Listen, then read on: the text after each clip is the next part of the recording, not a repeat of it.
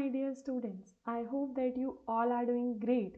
So दोस्तों इस video के अंदर हम BEGAE 182 यानी कि इंग्लिश कम्युनिकेशन स्किल्स के कुछ इंपॉर्टेंट क्वेश्चंस को विद देयर आंसर्स कवर करने वाले हैं। ये मेरी दिसंबर एग्जामिनेशन की रिवीजन सीरीज़ का पार्ट 2 वीडियो है। पार्ट 1 वीडियो ऑलरेडी मैंने चैनल पे अपलोड कर दिया है, तो अगर आपने अभी तक उसको नहीं देखा है तो आप डिस्क्रिप्शन में दिए हुए लिंक पे जाके जो है वीडियोस को देख सकते हैं। अब यहाँ पे गाइस एक चीज़ मैं आपको बताना चाहती हूँ कि अगर आपने अभी तक अपना जो गेस्ट पेपर है किसी भी सब्जेक्ट कोड का अगर अभी आपने नहीं ख़रीदा है तो आप उसको हमारी वेबसाइट से परचेज़ कर सकते हैं एंड वेबसाइट का लिंक भी आपको डिस्क्रिप्शन में ही मिल जाएगा। आपको हमारी वेबसाइट पे जाना है और ये जो सर्च कोड है यहाँ पे जस्ट आपको अपने जो पेपर कोड्स हैं उन्हें सर्च करना है। ओके, सो जैसे ही आप इसको सर्च करेंगे तो आपके सामने प्रीवियस ईयर के जो क्वेश्चन पेपर है विद सॉल्यूशंस आ जाएंगे एंड असाइनमेंट्स आ जाएंगे, गेस्ट पेपर्स आ जाएंगे। तो जो भी आपका रिक्वायरमेंट है आप उसको बाय कर सकते हैं। Okay, now guys question number 1 पे चलेंगे जिसमें आएगा कि नॉन वर्बल कम्युनिकेशन क्या होता है। तो अगर हम बात करें आपके एग्ज़ाम के पूरे पैटर्न की, तो आपके एग्ज़ाम में स्टार्टिंग में गाइस कुछ क्वेश्चंस रहेंगे जिनके आपको आंसर्स करने होंगे। उसके बाद आपको प्रेजेंटेशन वाला एक क्वेश्चन करना होगा जिसके अंदर आप प्रेजेंटेशन क्रिएट करोगे। डायलॉग राइटिंग आपको सीखनी पड़ेगी। ये 2-3 चीज़ें हैं जो आपको वहाँ पे करके आना है। एस्से वगैरह आपको करके आना है। तो सारी जो डिटेल्स हैं मैं इस वीडियो में कवर करूँगी, तो वीडियो को पूरा एंड तक देखना, तभी ये वीडियो आपके लिए काफ़ी हेल्पफुल होगा। ओके, सो पुराना वाला जो वीडियो है उसके अंदर भी मैंने कुछ इंपॉर्टेंट टॉपिक्स को कवर किया है, तो आप उसको देखना भी मत भूलना। क्वेश्चन है, what is non verbal communication. Non verbal communication क्या होता है? So guys, non verbal communication is the type of communication in which messages are sent without using words। बिना शब्दों का इस्तेमाल किए मैसेजेस को भेजा जाता है। It includes body movement, facial expression, gestures, eye contact या फिर आपका पोस्चर। तो आपने कुछ भी बॉडी मूवमेंट करके किसी को इशारा किया, आपने कुछ ऐसा फेशियल एक्सप्रेशन दिया जिससे वो आपकी बात समझ गए, तो वो सब आपका नॉन वर्बल कम्युनिकेशन में आ जाएगा। Non verbal communication help us express feelings and emotions clearly. तो नॉन वर्बल जो आपकी कम्युनिकेशन होती है उसमें जब हम फेशियल एक्सप्रेशंस को देखते हैं दूसरे व्यक्ति के, तो हम ज़्यादा बेटर वे में उसकी फीलिंग्स को समझ पाते हैं।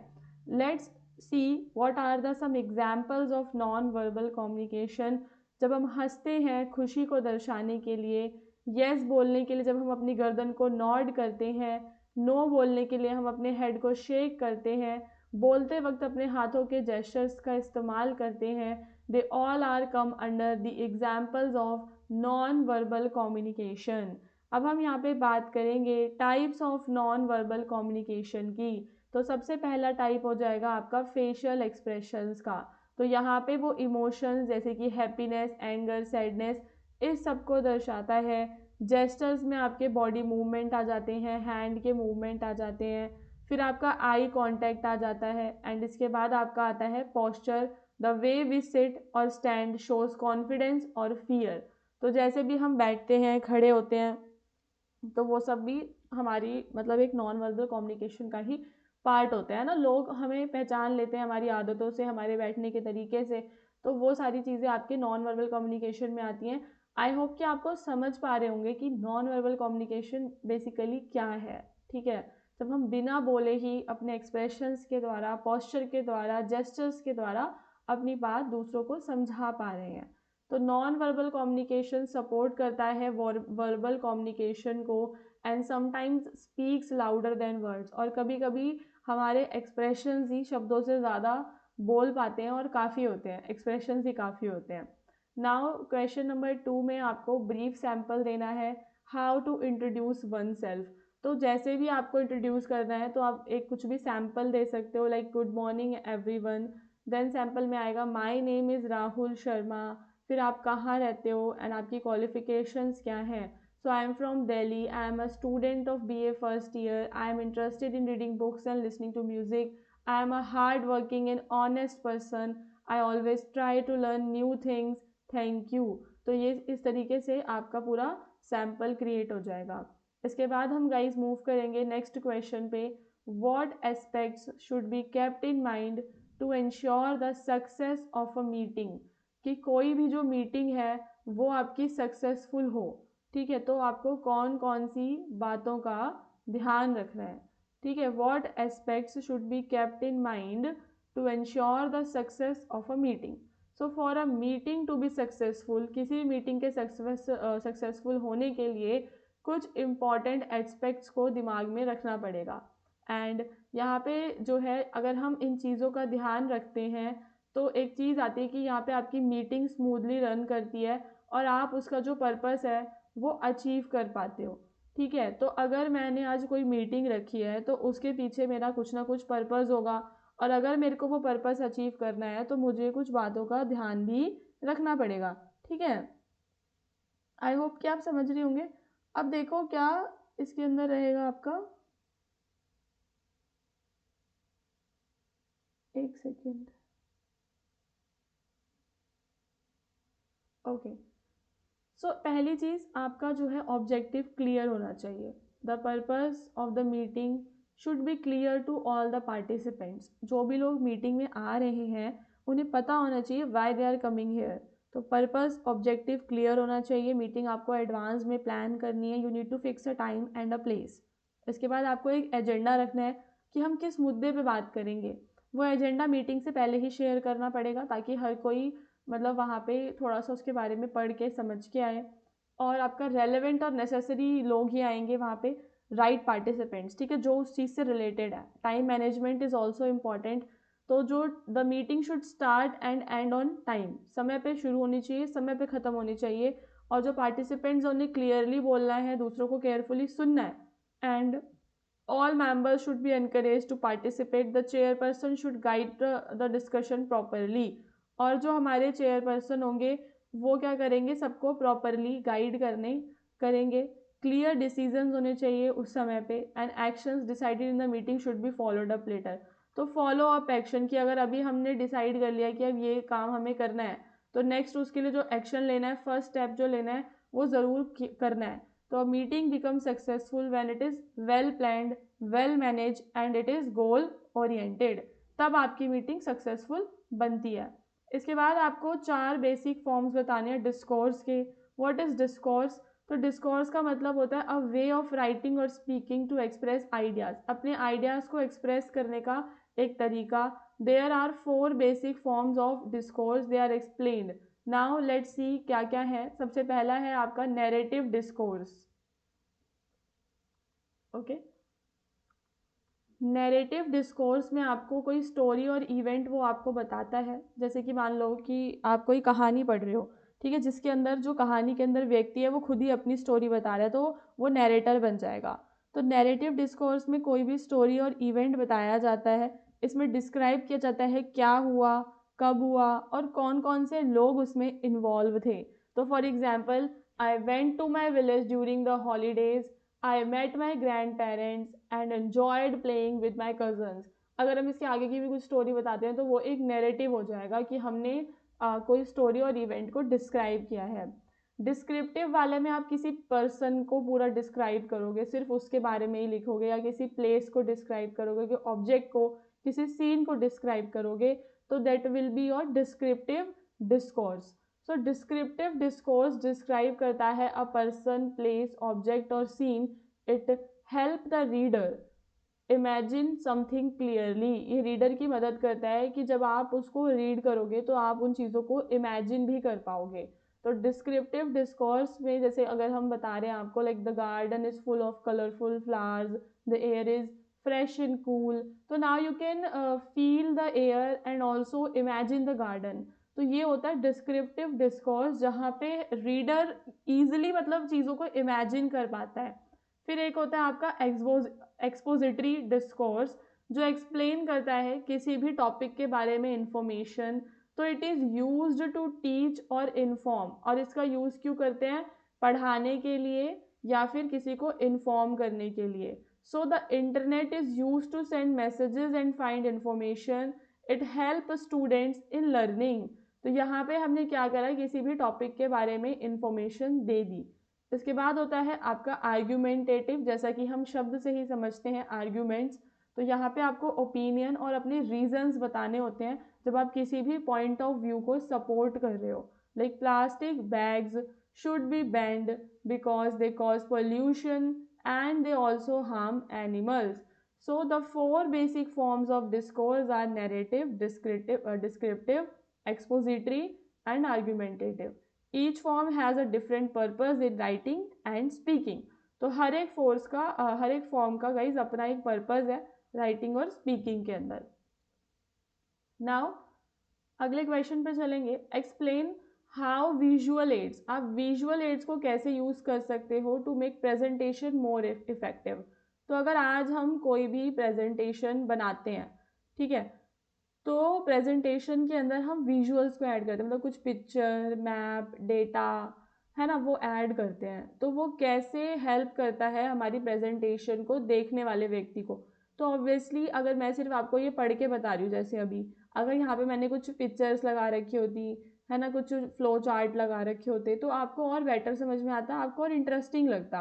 बट बिकॉज हमारे पास टाइम इतना नहीं होता है, तो हम क्या करते हैं कि सिर्फ टेक्स्ट ले लेते हैं। तो इस तरीके से ही आपको समझाना है कि जो विजुअल एड्स होते हैं वो आपकी प्रेजेंटेशन को कैसे और ज़्यादा इफेक्टिव बनाते हैं। तो visual aids are tools that helps the audience to understand the presentation better by showing information in visual form। तो वहाँ पे जो आपकी ऑडियंस है वो प्रेजेंटेशन को बेटर तरीके से समझ पाती है। They make presentations interesting, clear and easy to remember. यहाँ पे क्या होता है कि ये आपकी अंडरस्टैंडिंग को इम्प्रूव करता है। Visual aids help explain ideas clearly. Picture, chart, diagram जो है वो कॉम्प्लेक्स इन्फॉर्मेशन को सिंपल बना देते हैं। जब हम एक बार चार्ट का यूज़ करते हैं, ठीक है, तो पॉपुलेशन ग्रोथ को लेकर, तो उसको ईजी हो जाता है अंडरस्टैंड करना कि मैं सिर्फ आपको नंबर बता दूं कि इंडिया की पॉपुलेशन इतनी है, चाइना की क्या बोलते हैं इतनी है, ऐसे ऐसे मैं आपको डेटा दे दूं। उससे बेटर क्या है कि मैं आपको पूरा एक बार ग्राफ बना दूं ऐसे करके। तो बार ग्राफ में क्या होगा कि आपको ना आइडिया लग जाएगा कि किसकी पॉपुलेशन कितनी है, ठीक है, कि इतना बड़ा बार ग्राफ है, फिर ये हो गया चाइना का, फिर ये हो गया इंडिया का। इस तरीके से बार ग्राफ, बार चार्ट आपकी हेल्प करेगा आइडियाज़ को क्लियरली समझने में। अटेंशन भी अट्रैक्ट करता है, तो कोई भी इमेजेस होती हैं, छोटी छोटी सी स्लाइड्स होती हैं, तो वो अटेंशन को अट्रैक्ट करती हैं, बेटर मेमोरी के लिए काम आता है। तो people remember visuals more than words. तो अगर मुझे किसी को वाटर साइकिल समझाना है तो उसका डायग्राम ज़्यादा हेल्पफुल रहेगा रेदर देन कि मैं उसको ऐसे बताऊँ लिख के। टाइम बचता है, तो फ्लो चार्ट वगैरह से प्रोसेस फास्ट हो जाती है और लॉन्ग एक्सप्लेनेशन से आप बच जाते हैं। स्पीकर को सपोर्ट करता है विजुअल एड्स जो है, स्पीकर्स की हेल्प करते हैं कि जो हमारे स्पीकर्स हैं वो अपने पॉइंट्स को कॉन्फिडेंटली और क्लियरली मतलब एक्सप्लेन कर पाएँ। जो भी हमारी स्लाइड्स होती हैं की पॉइंट्स के द्वारा, वो गाइड करती हैं हमारे स्पीकर को during the presentation. So they let's see what are the type of visual aids which we can use. तो we can use charts and graphs, we can use pictures and diagrams to explain ideas, and also PowerPoint slides and videos का भी हम use कर सकते हैं। तो there are various types of visual aids जो help करती हैं हमारी प्रेजेंटेशन को और भी ज़्यादा इफेक्टिव बनाने में। So visual aids make presentation effective by improving understanding, interest and memory. When used properly, they support both the speaker and the audience. तो हमें इसको properly use करना है, तो ये speaker और audience दोनों की help करते हैं। फिर इसके बाद गाइज आपको बस एक डायलॉग राइटिंग करनी है एजेंट के साथ, अपने ट्रैवल एजेंट से आपको सिंगापुर की ट्रिप प्लान करनी है। तो 10 टर्न्स में डायलॉग लिखना है, तो आप इस तरीके से 10 टर्न्स ले सकते हो और उनके डायलॉग्स बना सकते हो। फॉर एग्जाम्पल एक टूरिस्ट जो है अगर बात करेगा किसी से, ट्रैवल एजेंट से, तो उसका पहला बात क्या होगी कि गुड मॉर्निंग, एंड उसको इन्फॉर्मेशन बताएगा that I am planning to visit Singapore and during my vacation, तो can you help me with travel plans, तो क्या आप हमारी ट्रैवल प्लान्स में हेल्प कर सकते हैं, इस तरीके से। फिर ट्रैवल एजेंट बोलेगा yes good morning of course, क्योंकि उसका तो यही काम है। फिर वो उससे आगे की इन्फॉर्मेशन लेगा, like when you are planning and for how many days, तो टूरिस्ट फिर आगे अपनी इन्फॉर्मेशन बताएगा डेज के बारे में, फिर एजेंट उसको फ्लाइट्स के बारे में बताएगा और होटल्स के बारे में बताएगा। तो इस तरीके से आपको गाइस एग्ज़ाम में तो देखो दूसरा ही टॉपिक आएगा, बस आप ये सैम्पल देख सकते हो। आपको 10 टर्न्स में डायलॉग लिखना है। इसके बाद एक और इम्पॉर्टेंट है कि आपको प्रेजेंटेशन भी बनानी है। तो आपकी प्रेजेंटेशन में स्लाइड 1 में टाइटल स्लाइड होनी चाहिए और आपको हर एक स्लाइड के साथ स्पीकर नोट्स भी देने हैं। यानी कि जैसे ये स्क्रीन पे आपकी प्रेजेंटेशन चल रही है और यहाँ पर आपका स्पीकर खड़ा है, ठीक है, तो वो प्रेजेंटेशन को देख रहा है, उसको समझा रहा है, तो स्पीकर क्या बोलेगा, स्पीकर के नोट्स भी आपको साथ साथ में ऐड करने हैं। तो टाइटल हो गया ग्लोबल वार्मिंग, फिर स्पीकर की नोट दे देंगे like good morning respected teacher and my dear friends, today I am going to speak about global warming and it is one of the most serious problem faced by our planet today and it is affecting all living beings। तो ये यहाँ पे आपका ना speaking style में होना चाहिए कि जैसे हम बोलते हैं ना, सेम उस तरीके से होना चाहिए आपके स्पीकर नोट्स। फिर स्लाइड 2 में आपका इंट्रोडक्शन रहेंगे। तो आपके ये क्या हो गई, ये आपकी स्लाइड के पॉइंट्स हो गए, ये जो स्लाइड पॉइंट्स हैं ये आपके स्लाइड में दिखेंगे और यहाँ पे जो स्पीकर नोट्स हैं वो क्या है, जो आपका स्पीकर बोल रहा है।